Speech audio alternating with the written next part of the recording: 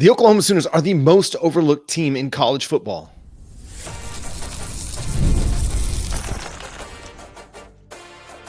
You are Locked On Sooners, your daily podcast on the Oklahoma Sooners. Part of the Locked On Podcast Network, your team every day.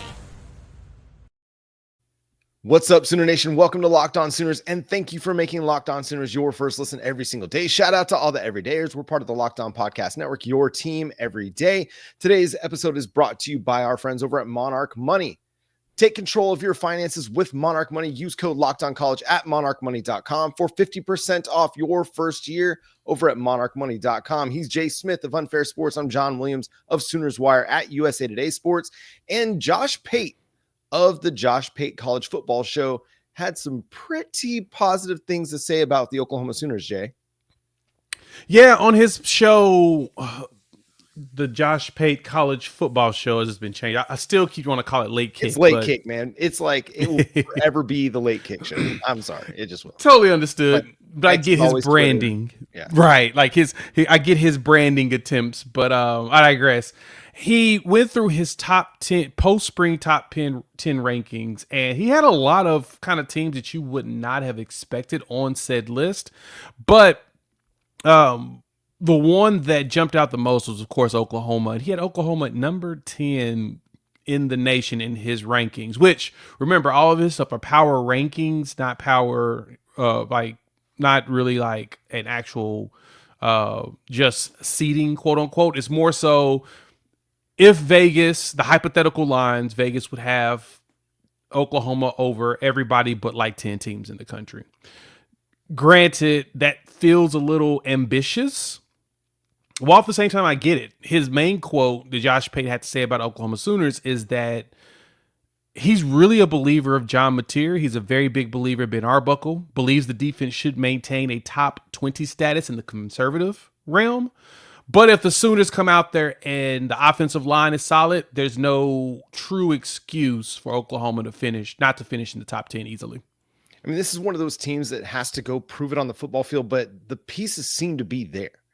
You look at what Brent Venables has built on the defensive side of the ball, and there's a lot to be excited about.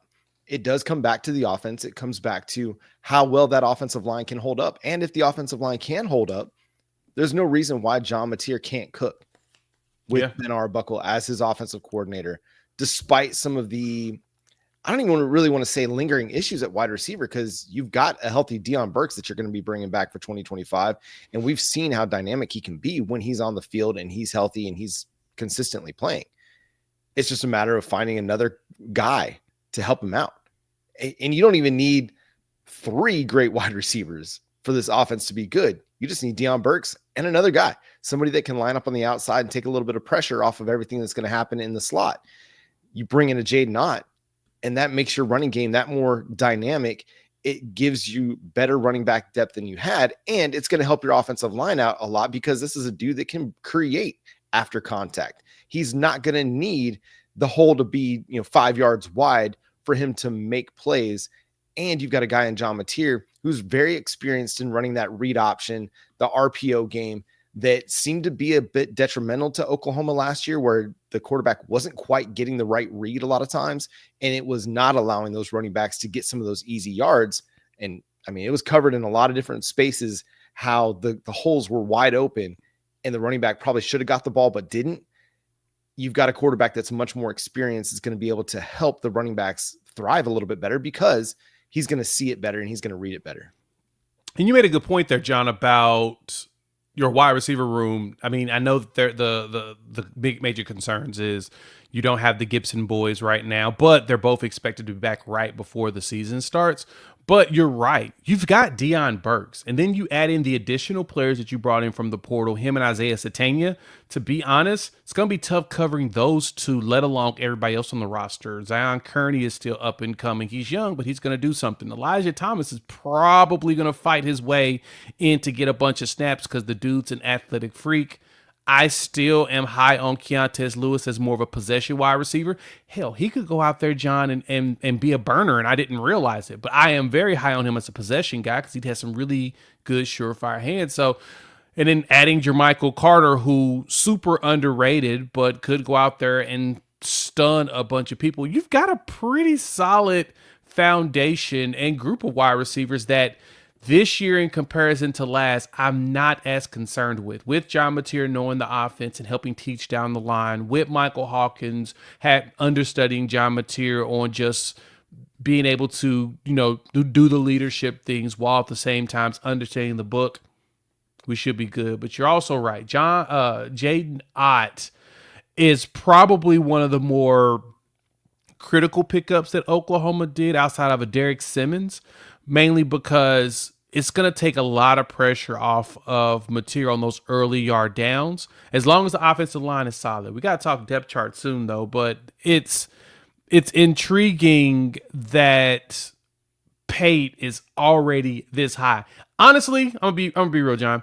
I think he's this high because he did his Pate State Coaches Series and he went and talked to Brent Venables. And Brent Venables has forced him into having to make him top 10 by just talking his ear off. He probably threatened to talk his ear off more if he didn't do it. Well, Brent Venables is a pretty inspiring coach. I mean, he's going to make a believer out of a lot of people. True. Now, I think for Oklahoma fans in particular, it's just prove it year. Go prove it on the football field. Go beat Michigan.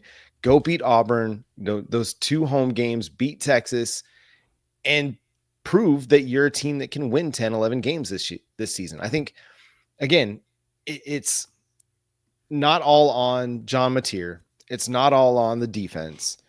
The offense, it all has to come together. It's not just one piece that has to be better. Everything has to be better. But I think this team has a chance. Am I ready to put them in the top 10? Not even close.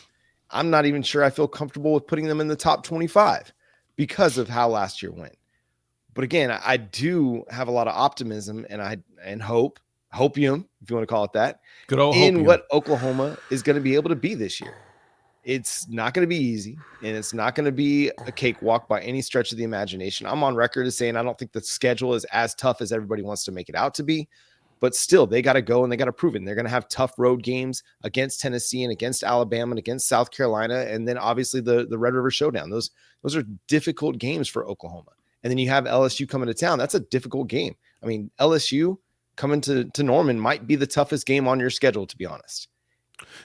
It is. And Pate mentioned that as well. That's one of the things in his mind. He feels like Oklahoma does have the toughest schedule. And I'm slowly going away from that, like you too, John. I don't know just how good these teams are going to be on this schedule by the end of the season to keep it being a tough schedule. I mean, Oklahoma's having a quote-unquote veteran quarterback that's played in this system and then bringing in one of the more productive running backs in the country, to me, kind of gives them a little bit more of an edge. What I'm ready to see is what some of these hypothetical lines are going to start looking like this summer. Because I know FanDuel will drop us some good lines to really start talking about this, because we all know that a lot of them are going to be inflated initially because Vegas doesn't know. They don't know who's going to be productive. But, man, it's going to be really intriguing to see how those change as the season starts and progresses. Yeah, it is. And I'm not sitting here saying that the teams on Oklahoma's schedule are bad by any stretch. I just don't think it's the murderer's row that they had last year. Right. Because of a lot of the quarterback turnover that we've discussed on a number of occasions on this show. I do think that they're going to be good teams. I just don't know that they're going to be as, top 10 programs like a lot of people expect. I don't think Ole Miss is going to be a top 25 team for much of the year. They might be by the end of the year, but I think at mid-season, they'll probably drop out. Florida is that other team. I mean, they're ranked just one spot ahead of Oklahoma, and I think they've got the tougher schedule than Oklahoma does. But yeah, we'll find out. I mean, it comes down to what the games look like on the field. This is all hypotheticals.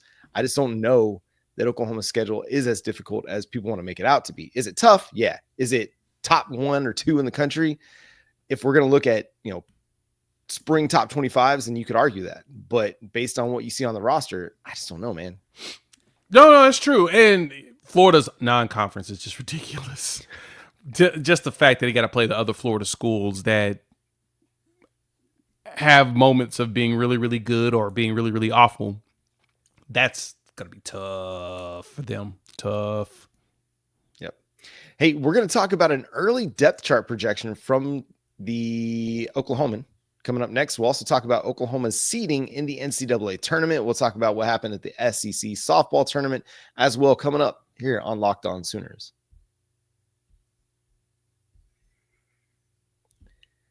Ever check your bank account and wonder, where did all my money go? Between dining out, online shopping, and more, it's sometimes difficult to keep track of everything. Monarch Money comes in, your personal CFO, giving you full visibility and control over your finances. Monarch Money isn't just a budgeting app, it's a complete financial command center. You can track all your accounts, investments, and spending in one place, so you stop just managing your money and start building wealth. When I started using Monarch, I realized just how much I was spending on food delivery. Now I budget smarter and save more. Managing money with your partner is smoother than ever. You can track shared and personal accounts, set goals, and stay on the same page without stress. Take control of your finances with Monarch Money. Use code LOCKEDONCollege at monarchmoney.com for 50% off your first year. That's monarchmoney.com, code LOCKEDONCollege for half off your first year over at monarchmoney.com. And thanks again for making Locked On Sooners your first listen every single day. Shout out to all the everydayers out there. Tune in and subscribe to the show wherever you get your podcasts. We're part of the Locked On Podcast Network, your team every day. Again, we're going to talk Oklahoma seeding in the NCAA softball tournament, what they got coming up, and what happened in the SEC softball tournament. We got some Sooner magic to talk about as well. But we're going to first look at Colton Sully's depth chart projection that he wrote over at the Oklahoman. You can find that over there. But Jay, let's look first at the offensive side of the ball. If you're watching here on YouTube, I got the graphic up there for you. Not a whole lot of surprises here when you look at this. Obviously, John Mateer, Jadyn not starting in the backfield. At tight end, we can start here. At tight end, he's got Will Huggins over Carson Kent, Jay.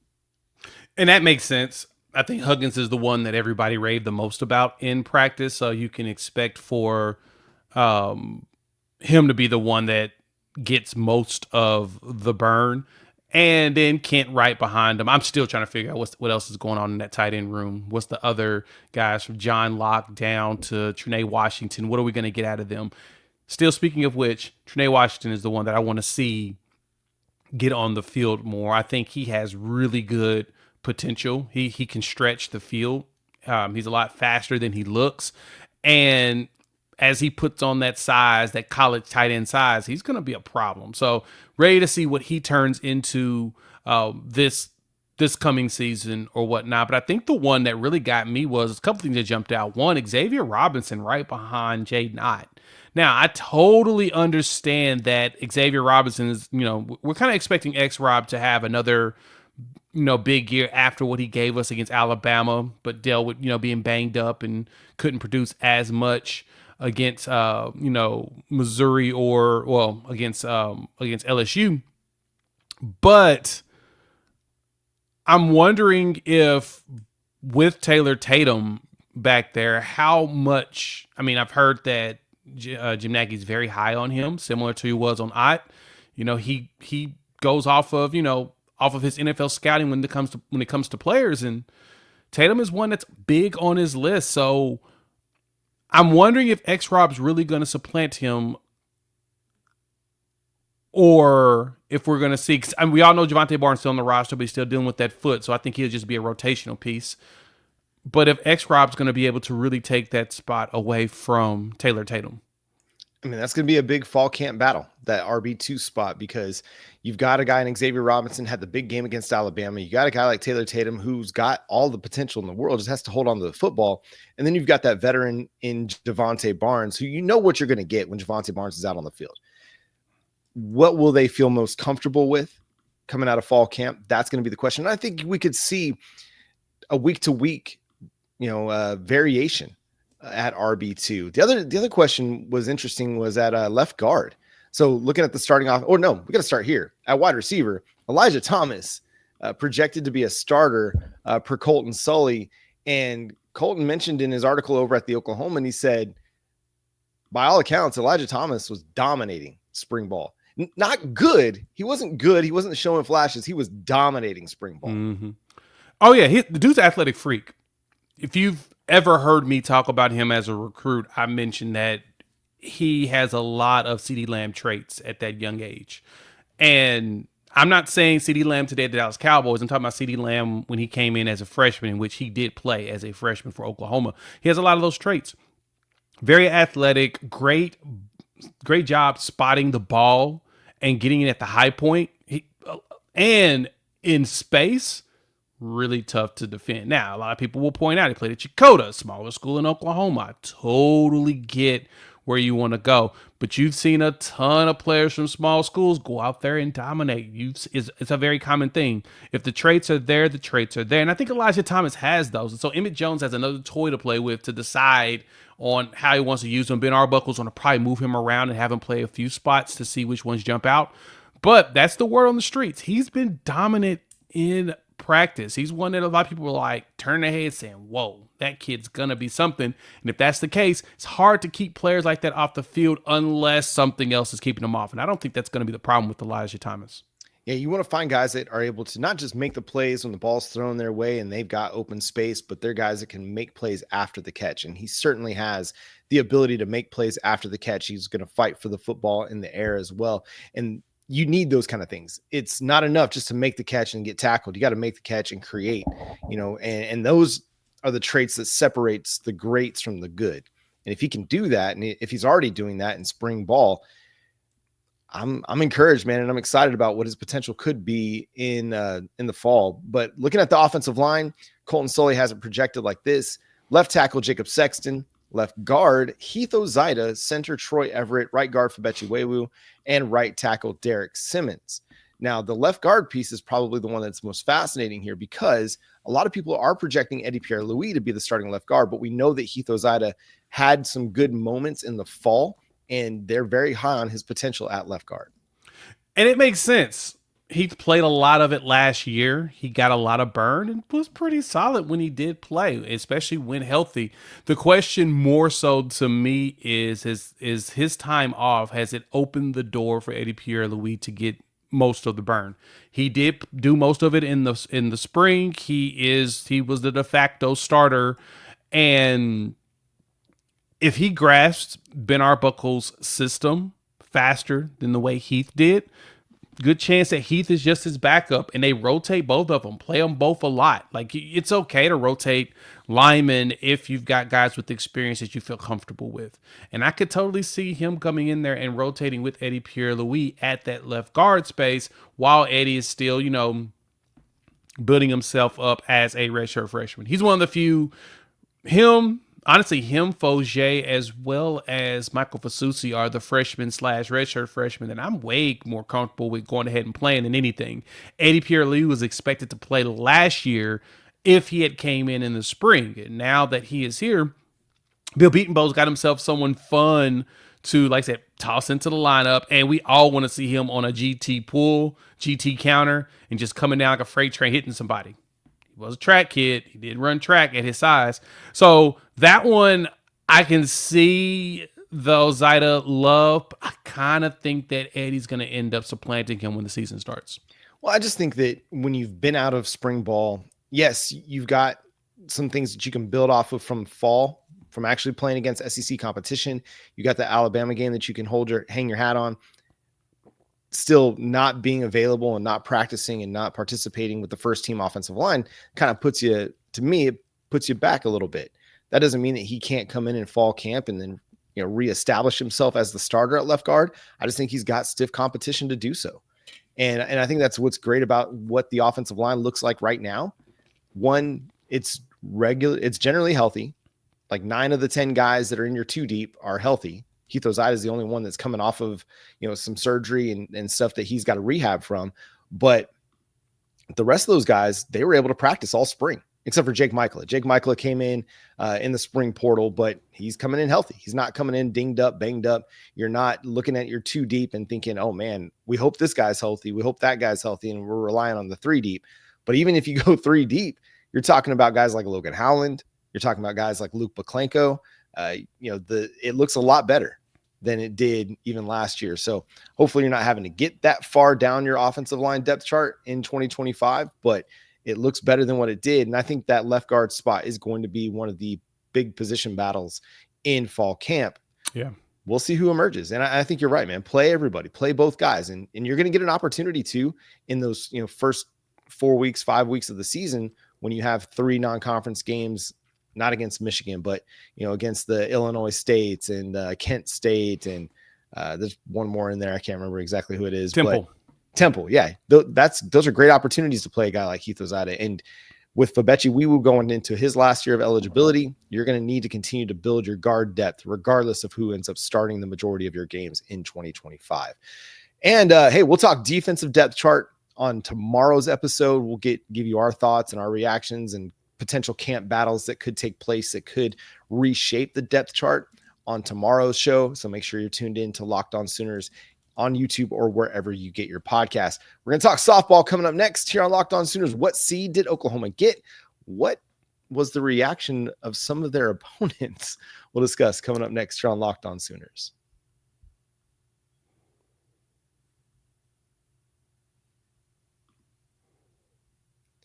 Once again, thank you for making Locked On Sooners your first listen every single day. Shout out to all the everydayers out there tuning in, subscribe to the show wherever you get your podcasts. We're part of the Locked On Podcast Network, your team every day. The Oklahoma Sooners are co-SEC champions. Womp, womp, womp. I mean, it's fine. Like, it is what it is. It's the SEC's problem. Shout out to Texas A&M, a really, really great team. It would have been really fun to see those teams go head-to-head because they didn't play during the regular season. So this was going to be our first opportunity to see A&M, who a lot of people think is the best team in college softball. They did get the number 1 overall seed in the NCAA tournament. Oklahoma gets the number 2 seed. They will welcome Boston University, Cal University, as well as Omaha. So Omaha. So, I mean, Cal, a solid program. Boston, a solid mid-major program. So very intriguing. Oklahoma should advance out of their regional. Like, it'd be shocking to see them lose a game in their regional, but some stranger things have happened. But hey, they got to the SEC tournament final with a dramatic walk-off win over Arkansas. Became the first team in the SEC or in softball tournament history to win a game when down by 5 runs. Yes. And they SEC. did it. Yeah. Okay. SEC history. They did it by hitting 6 home runs. Also an NCAA SEC tournament record. Just absolutely electric. Gabby Garcia, the true freshman, hits the 3-run bomb to send them to the final and get that win over Arkansas. It's huge, man. Yeah, a lot of SEC folks got to learn about Sooner Magic and how it just magically populates right at the most critical moments, and it sets records. Yeah, I understand. It's so funny. I love seeing when media pundits talk about it, especially those that are fans of like schools like the Texas Shorthorns or whatnot. And it's like, it's infuriating every single time the Sooner Magic populates because it always does. It's a very common thing. And yeah, they pulled that out to get that win. I think what baffled me with this is I totally understand that Oklahoma and Texas A&M did not play each other. But Oklahoma won the regular season SEC championship with the best record in conference. Does that not amount for much when it comes to this? And then when it came to the seeding, everyone stated that it was A&M 1A, Oklahoma 1B. Why would it not be flipped, especially the fact that Oklahoma's coming off of 4 straight national championships? Are we just gonna, I mean, truth be told, a lot of people consider this a quote-unquote down year, but they still finished with the best record in the country on a down year. I know Sooner fans are complaining about the 7 losses because we just don't appreciate good things. We're just horrible when it comes to that. We don't understand that things can be a process, and it's okay for it to be a process and grow underneath. But I don't understand the seeding of Oklahoma being not the number 1 overall seed when they finished with the best record in conference, and if I believe also in the country. That should amount for something. Yeah, I'll just say this. I think it probably goes back to that last weekend of the regular season. Texas A&M takes 2 of 3 from Tennessee. Oklahoma loses 2 of 3 to Florida, and probably a little bit more weight gets put on what happens during the regular season than the tournament. I think we see the same thing happen in basketball, right? Where, They hand out a regular season conference title. They also hand out a tournament title. And you see this all the time, like, especially like back in the ACC power days where, okay, Duke or North Carolina might've won the regular season title, but got upset in the semifinal or the championship game by Maryland, or, the Duke North Carolina thing went back and forth, and they won the regular season title, one won the conference title, but they might've given a little bit more weight to the regular season title in the NCAA tournament seedings. And I think that's all it is. Ultimately, it comes down to go win your games and just take care of business. Is this the best Oklahoma Sooners team that we've seen in this last 5 years? It may not be, but it's still a really, really, really good team. That's one of the best teams in college softball, and it's going to have a chance to go win another national title. It's crazy to think that, given all of the talent that they lost off of last year's squad, the Kinsey Hansons, Jada Colemans, Tiara Jennings, Kelly Maxwell, Alyssa Brito, Elena Torres, Riley Boone, Nicole May. I mean, the list goes on and on and on, all that talent that they lost. But Patty Gasso did a great job in the portal, bringing in Ilana Agbayani, Abigail Dayton, Sam Landry, obviously. Isabella Smith has had some good moments. Really, it's going to come down to their pitching. And I think what's been encouraging over the SEC tournament, and really dating back to that last weekend against Florida, even though they lost 2 of 3, has been the performance of Audrey Lowry. After that inning that she had against Texas, where they put her in up 8-0, and Texas proceeded to tie the game, getting all 8 runs back without Lowry recording an out. Well, then she went and she threw 5 innings of scoreless ball against Florida, in 2 appearances against Florida, and then an appearance against Arkansas, and didn't allow a run. She allowed just 3 hits. Against Arkansas, she threw it was like an inning and 2/3 and didn't allow a hit against a really, really good Arkansas team that might've been one of the hottest teams in college softball. So that's really, really encouraging. If you can get that performance out of her, or something similar to that, in the NCAA tournament, that's going to give you a good chance to win, because you can't rely on Sam Landry every single game. You're going to have to get some secondary pitching, but this team has proven offensively that they're good enough to still hit with some of the best. Now you just got to get some secondary pitching beyond Sam Landry. And I think if Audrey Lowry can keep this going, she seems to have found her groove. If she can keep this going, that's going to give them a great chance. Yeah, that's the good thing, is you're starting to see some of the young players step up. They're getting their bearings. They've gotten it this entire season, and they're coming in very clutch moments. I mean, the 6 runs to close out and go into the SEC championship game, to me, was probably a big testament of how Patty Gasso has got these young players ramping up their game. Now, the question is, what's the pitching going to look like here in the tournament? You can't use one arm. So the question is, who's going to step up and be confident enough to help push this team through not only the regionals and super regionals, but actually in Oklahoma City? Yeah.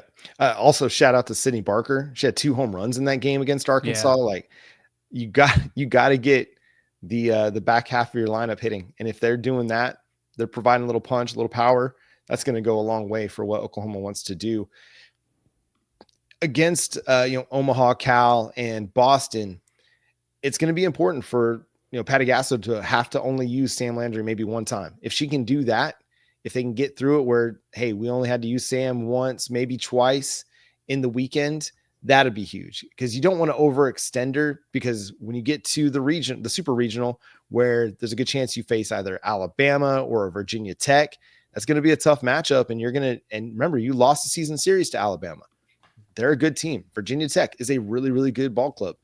You're going to need Sam Landry at her freshest. So the little you can use Sam Landry, the better. If you can get up big in some of these games and get a run rule or 2, that would be huge. And be able to use, the rest of your pitching staff, that would be so important for what this team's trying to do. Any other thoughts on softball before we get out of here, Jay? I can't wait for the regionals. I'm trying to figure out a way to get out there to Friday to one of the matches and get my cheer on. So let's go. It's Sooner Magic time. It's one of the best months. It's one of the best months in the sports calendar. I'm just gonna say, like, the softball tournament is, to me, it's right up there with March Madness. I think with the energy and the excitement that you're seeing all across the country, And, yes, the regional hosts advance at a very, very, very high percentage of the time, but you do get an upset here and there. And so that'll be fun to watch and see which team can pull off an upset in their regional and advance to a super regional, because the super regionals are also just electric sports. Yeah. So that's going to do it for today's episode of Locked On Sooners. Thanks so much for tuning in, being a part of the show. Subscribe to the show wherever you get your podcasts. We're free and available on all podcast platforms and on YouTube. So hit that subscribe button, hit that notification bell to let you know when new episodes drop. Follow Jay at Unfair Sports. Go check out his channel on YouTube, Unfair Sports, over there as well. You can follow me at John9Williams and read my work covering the Sooners over at SoonersWire.com. The show is at Locked On Sooners on all of your favorite social media platforms. But until next time, he's Jay Smith. I'm John Williams. We'll talk to you then. Boomer Sooner.